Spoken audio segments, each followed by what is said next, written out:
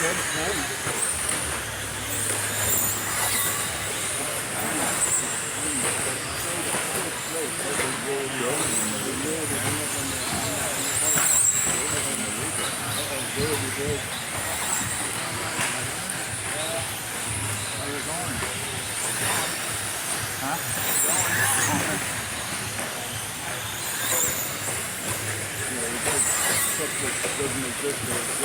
guys, got 1 minute left to go, 1:10 on the clock to be exact, and we got another one going.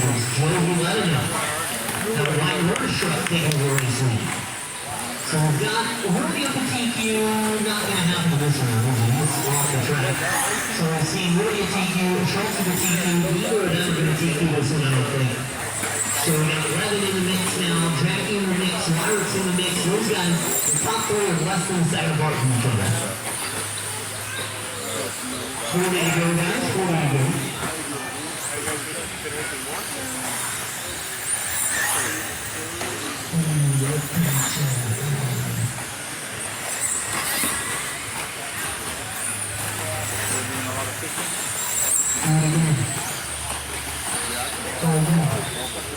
Seconds, guys, 20 to go.